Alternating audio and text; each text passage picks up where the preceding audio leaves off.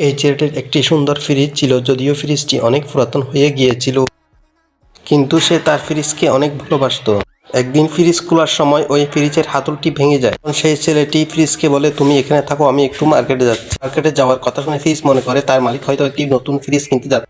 এরপর সেই ফ্রিজ তার স্মৃতি জড়িত সমস্ত ছবি তার বুকে নিয়ে ঘর থেকে বের হয়ে যায়, কারণ সে ভেবেছিল তার মালিক হয়তো তাকে ফেলে দিবে। সে যখন রাস্তা দিয়ে যাচ্ছিল তখন সেখানে একটি ফ্রিজের দোকান দেখতে পায়। দোকানে থাকা নতুন ফ্রিজগুলো তাকে নিয়ে হাসাহাসি করছিল, কেননা সে পুরাতন হয়ে গিয়েছে এবং ভেঙে গিয়েছে। পর সেই ছেলেটি যখন তার ঘরে ফিরে আসে, এসে দেখে তার ফ্রিজটি নেই।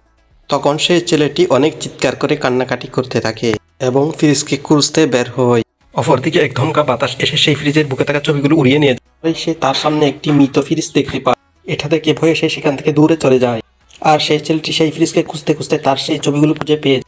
অন্যদিকে সেই ফ্রিজটি মন খারাপ করে এক ডাস্টবিনে বসেছিল। একটু পরে সেই ছেলেটি সেখানে চলে আসে এবং জিজ্ঞেস করে, তুমি কেন বাড়ি থেকে এসেছো? তখন ফ্রিজ বলে, আপনি তো একটি নতুন ফ্রিজ কিনতে গিয়েছেন, এখন আর আমাকে দিয়ে কি করবেন?